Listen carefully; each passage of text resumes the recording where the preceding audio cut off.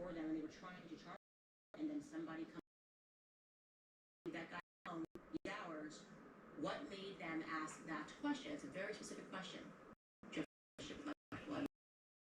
specific question to ask him whether or not he was molested in his youth. Well, that's very interesting.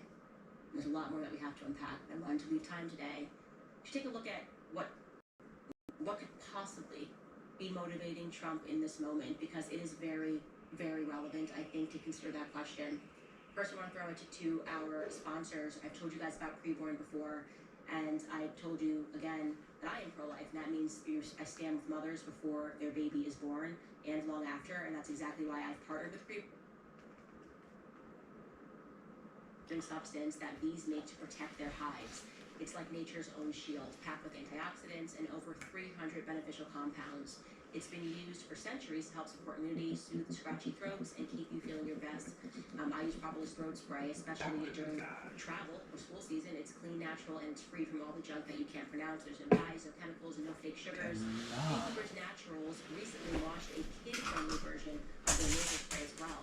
The mist is super soft and it's gentle, so kids will actually use it. So whether you're a busy parent or just want to support your immune system, there is a natural way, and this is absolutely a game changer.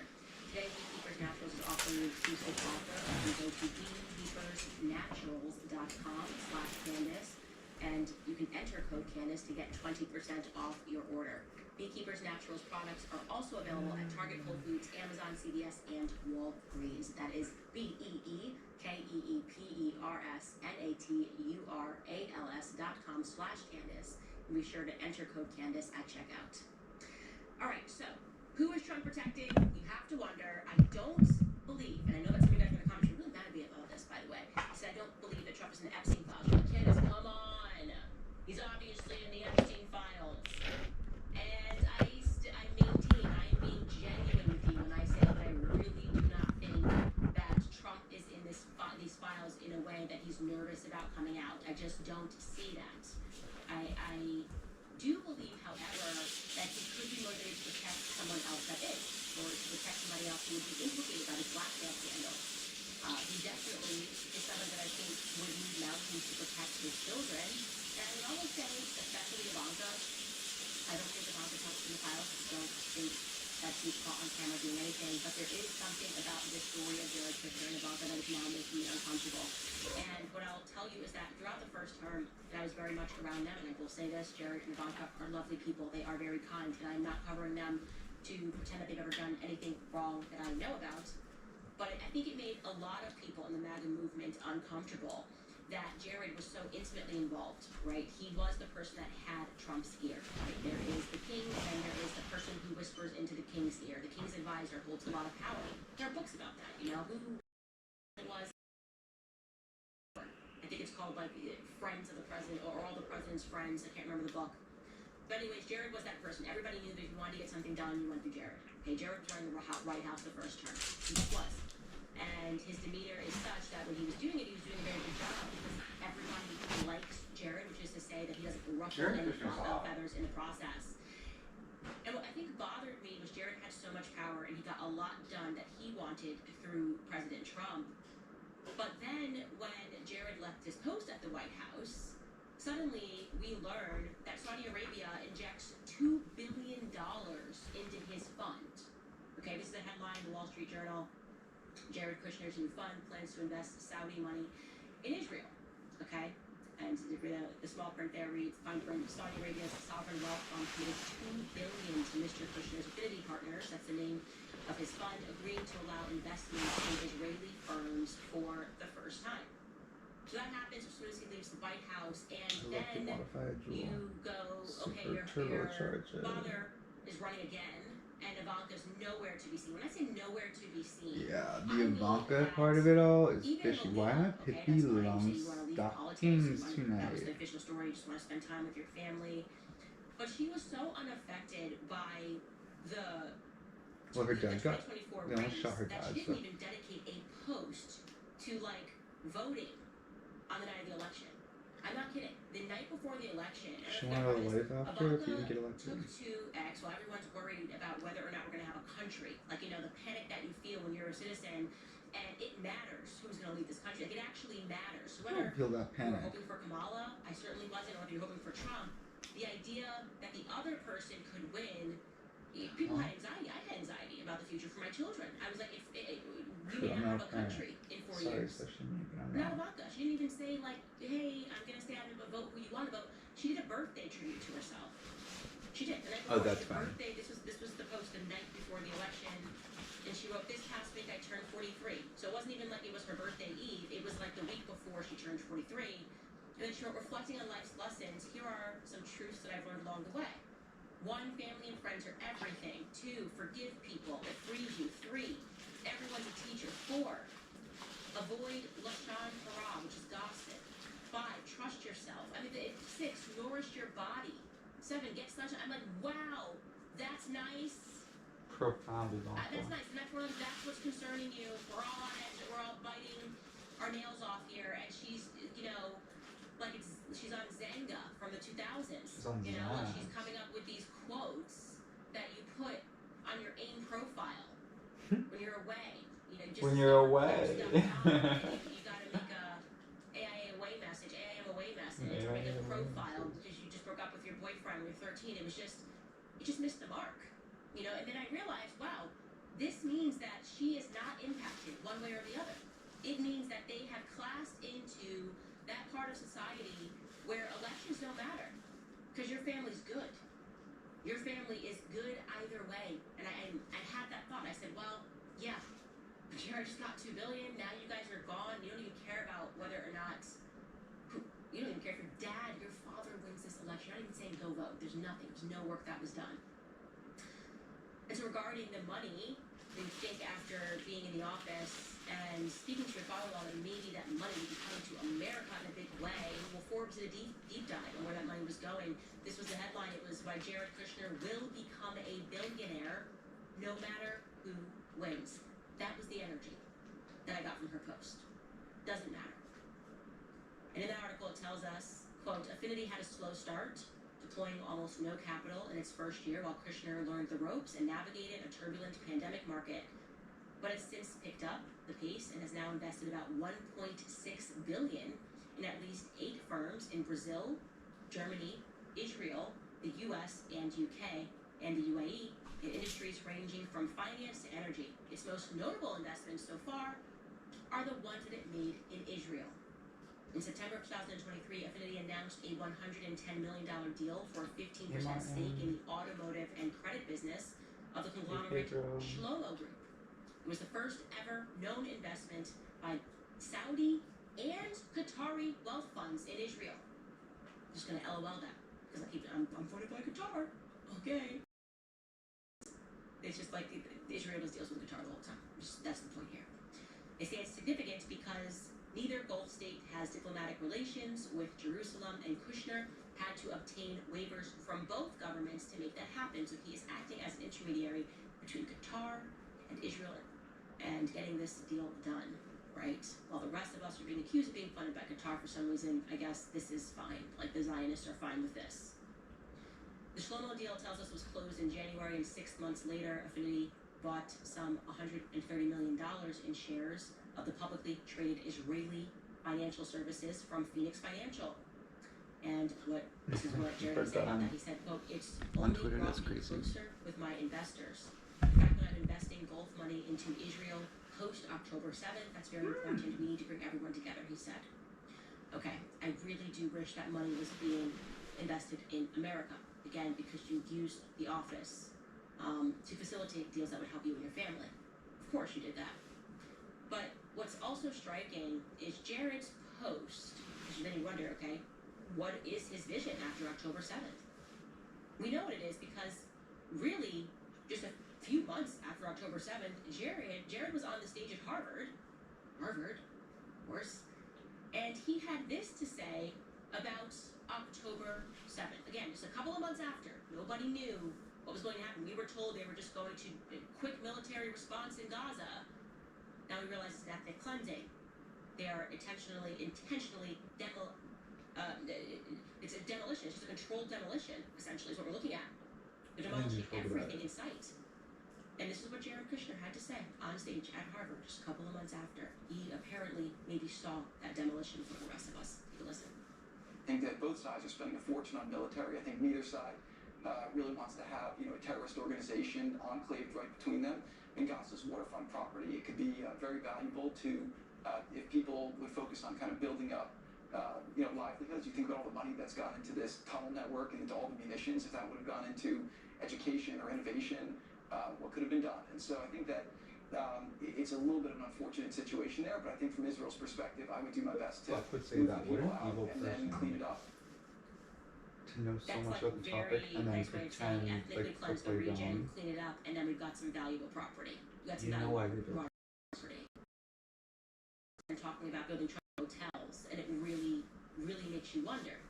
Okay, that was February 15th, 2024, and he already had a real estate vision for people being moved out of Gaza. So you go back to our indicators, right? Our indicators. Do we have that, guys, from the beginning? We're talking about this: identity laundering, the Midas touch, sexual deviancy, theater, historical revisionism. And regarding the Midas touch, apparently it has been reported, and this was not a political report, by the way. This was done in 2006, before Jared Kushner was in the public domain. There was this guy who said that, yeah, Jared Kushner got into Harvard because of this Midas touch. They were saying that he did not have the grades to get into Harvard. I'll tell you about this guy. This guy's Dan Golden. He wrote a book back in 2006 called The Price of Admission. He was investigating at that time, again, not related to politics left or right, he just thought it was interesting that there were so many of these people going to Harvard that were underqualified. He was investigating why so many of the elite's children get into Harvard, despite not having the academics to do so. And Jared Kushner's came up in his investigation naturally. And according to him in his research, he writes, quote, New Jersey real estate developer Charles Kushner, that's Jared's father, we're going to talk about him in a second, had pledged $2.5 million to Harvard University in 1998. Before, not long before, his son Jared was admitted So to the prestigious Ivy League school. you're supposed to do it before you have At the kids. time, Harvard accepted about show. 1 every 9 applicants, he writes. He then went out and spoke to the former administrators of Jared's high school about this peculiarity. You decided to donate before your son is, deciding that he wants to go there, he's about to apply. And he tracked down a former administrator of Jared's high school, that's Frisk School, and in his book, he quotes the administrator as having said, quote, there was no way anybody in the administrative office of the school thought that he would, on the merits, get into Harvard. That's a former official, again, of the Frisch School in Paramus, New Jersey. The administrator goes on to say, quote, his GPA did not warrant it. His SAT scores did not warrant it. We thought for sure there was no way this was going to happen. And lo and behold, Jared was accepted. Okay? So Charles Kushner, then he does more work, discovers that he is on the board of something at Harvard or on some commission at Harvard along with his wife, and that they were allowed to be on that commission despite the fact that by then he had already been found guilty of financial crimes. And so, what are we looking at here? Again, it's one of these stories. We came from Russia, and then suddenly we had millions of dollars within a couple of months. Just hard work pays off, man. What can I tell you? We just worked really hard. Fortune. That's the Kushner family story. It's an interesting one.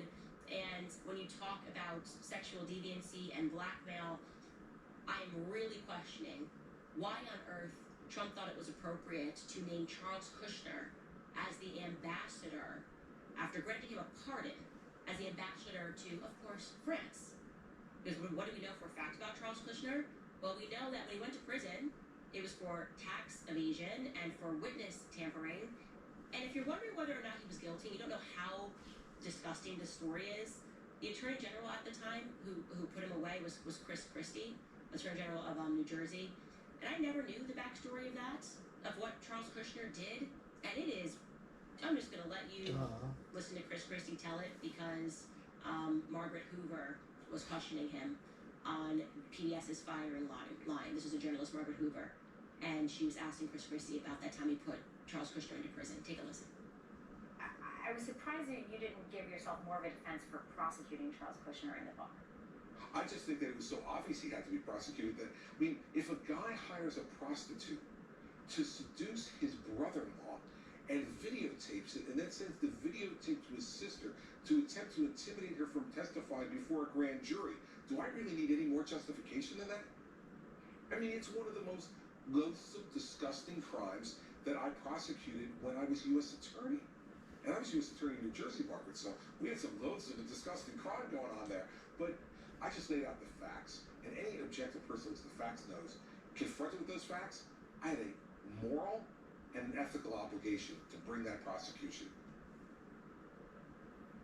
Like, I know a lot of people have beef in their family. Like, we got family issues. Everybody got family issues. This is not your regular family issue. Could you imagine this? Your sibling is getting in trouble for tax evasion. You have information that the government wants pertaining, so that they want to make you a witness. To stop you from being a witness, your brother goes to your husband, decides to hire a prostitute to seduce him, and video records your husband having sex with a prostitute. And then once he gets that recording, he goes to you and threatens you with it. I am speechless. More speechless that Trump granted him a pardon. And only granted him a pardon, that's one thing, okay? You want to do favors? That's what pardons are all about at the end of the presidency anyway. Like, everyone does it by left and right. So, like, everybody's guilty for doing this. There's no one side is better than the other. They look out for their homies in the end. But to then give him the ambassadorship of France? Maybe he was overqualified for that, actually. Sexual deviancy. Maybe he was overly qualified for that position, but it makes you wonder why he wanted it. Why somebody that's in their 70s wants, and I don't know if he speaks French, but he does, why would he want to be the ambassador of France? What are the perks of being an ambassador? Oh, you become an intermediary. I think that's some of the perks. But these questions should be asked now, because it seems like we have been completely played, and we are being played over something as sinister as crimes against children. We're being called stupid, right? We're being called weaklings for saying, excuse me, there's not just smoke here, there's fire. And I don't like it. I don't like Jared's involvement in the Middle East. I think it's a conflict of interest at best for Trump right now, that of what Ivanka and Jared are up to, their path to becoming billionaires, is a conflict of interest at best. Who are they more loyal to? Who is Trump more loyal to? Are Ivanka and Jared more loyal to Israel? Is Trump therefore more loyal to his child, Ivanka, than he is to the United States? Are these fair questions? I think they are. Okay? Because now you're gaslighting us, and we're going to continue to ask these questions. Anyways, wondering what you guys think about all of that. There is no stone that I will leave unturned when it comes to harming children. This was the red line, and it is absolutely foolish for Trump to think that he can redirect the energy of MAGA somewhere else and tell us, oh no, don't look over there. Before I get into some of your comments, I'm going to remind you guys about American Financing, because costs are still rising on everything: gas, groceries, and home repairs. If you're a homeowner, you probably thought at some point, should I call American Financing to refinance and pay off this credit card debt? And then you maybe second guess yourself because of that low mortgage rate that you're currently enjoying. But listen, that low rate is not saving if you are drowning in credit card interest of 25% or more. That's the math that no one wants to face, but it's costing you thousands. And their Buzzin Tallow Balm, which is a rich balm that forms a protective barrier to seal in moisture and deeply repair your skin. Nimi Skincare is proudly American, conservative owned, and grounded in the values of faith, family, and freedom. Skincare for those of us who want our dollars to reflect our values. I love Nimi, and I'm proud to support their mission of creating cleaner, better for you skincare. These new tallow products are just that. It's also just the beginning, so don't wait. Head to NimiSkincare.com and use my code Candace10, and you'll save 10% on your order. Start supporting companies that stand for what you believe in. With Nimi, you're not just getting beautiful skin, you're getting skincare without compromise. That's NimiSkincare.com, and use my code Candace10. All right, guys, what are you thinking? Because I'm thinking a lot. I don't like it at all. Just not feeling this version of Trump at all, and I'm not going to shy away from saying that at all. I really am not. We have ST, who writes in the comments, Candace, I admire your courage, truly world-class journalism.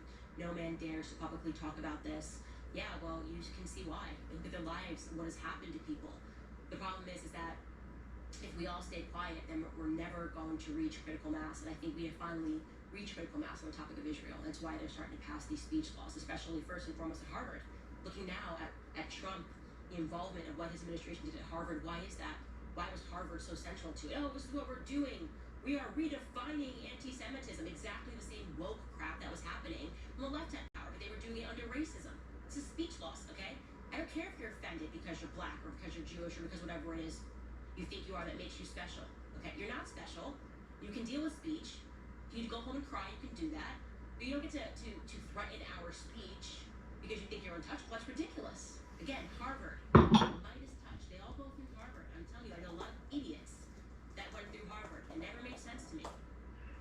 Unless it's an operation. Unless it's an op running through there. Just leaving that out there. Radisson writes, Muslim man here, born and raised American, just want to know how awesome, want you to know how awesome you are and let you know how many Muslims around the world appreciate everything that you do. Thank you. I mean, there is so much to unpack with this, you know, by deception thou will.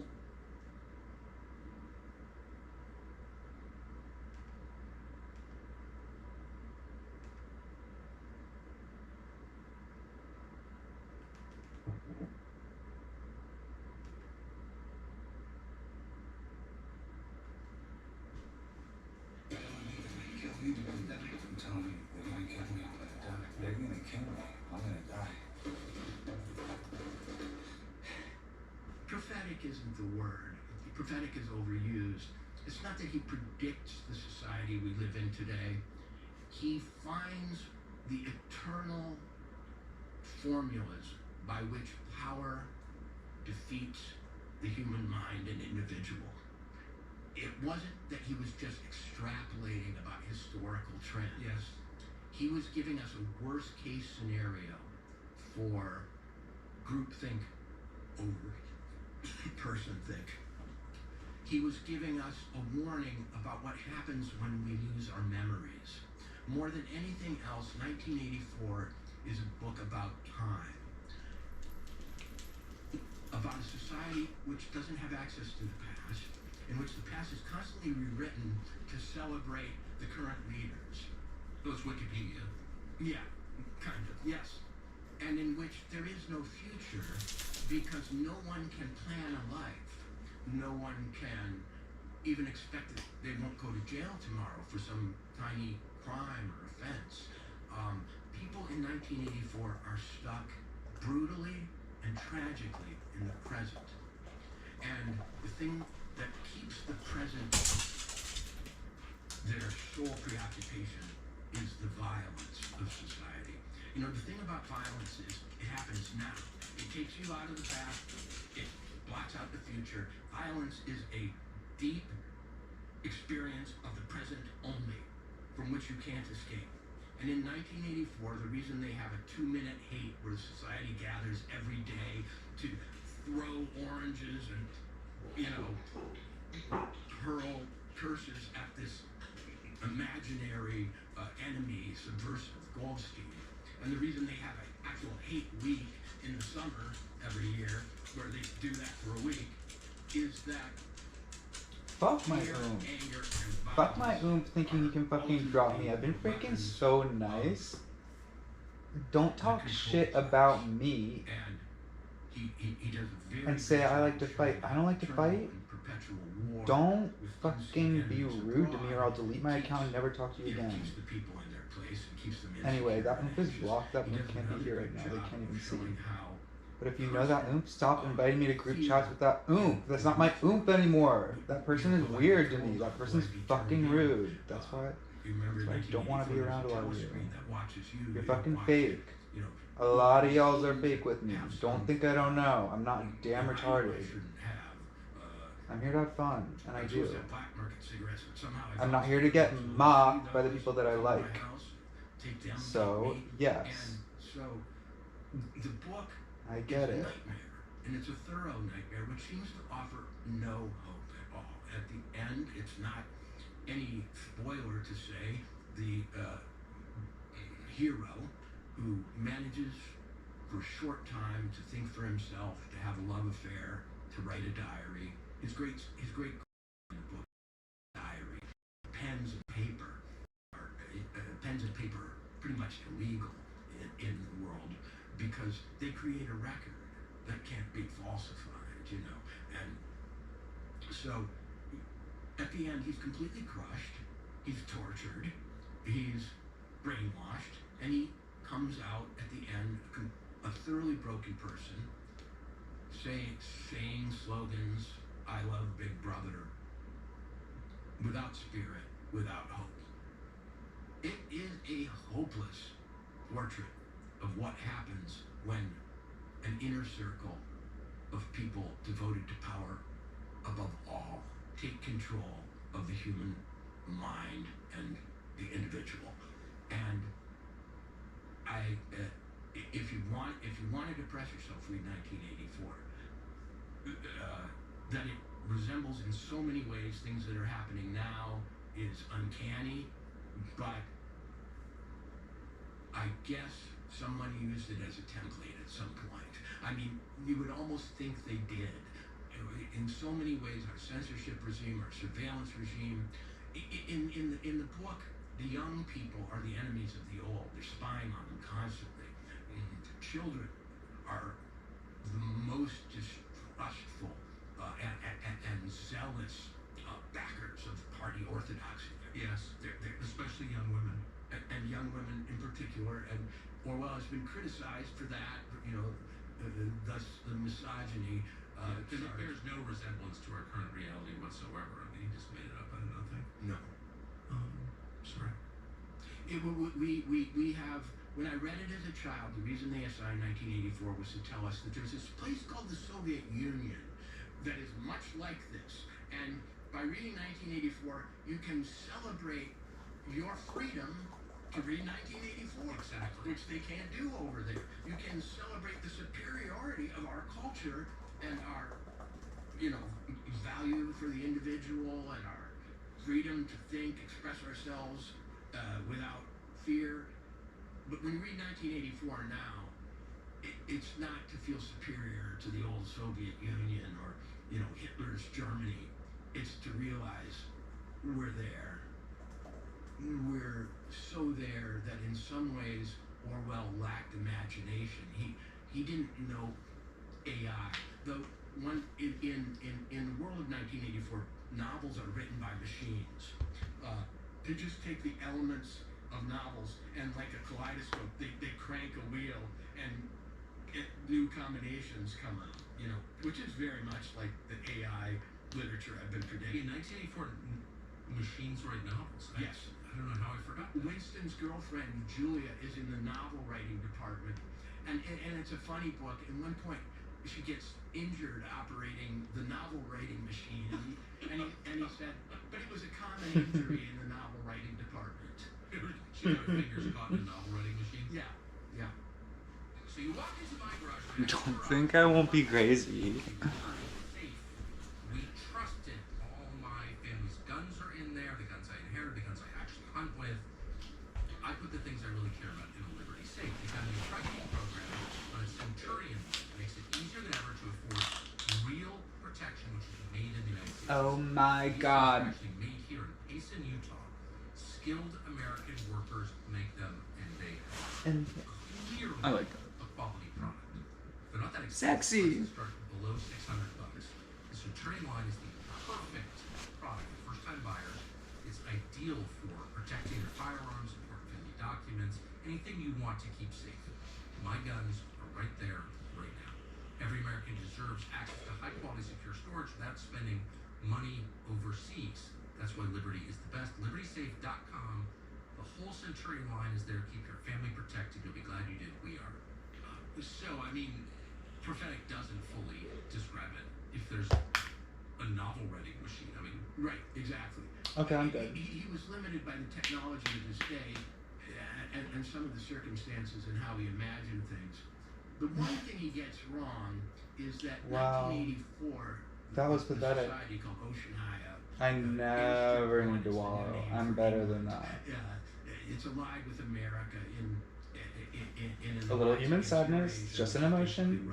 Gotta work through it, and I've done that. Which is basically China, and they're perpetually at war with each other, and the war and the sides change. And now I work through some anger, and then I'll be good. In all of literature, is Winston Smith in Trafalgar Square, some London square, during a big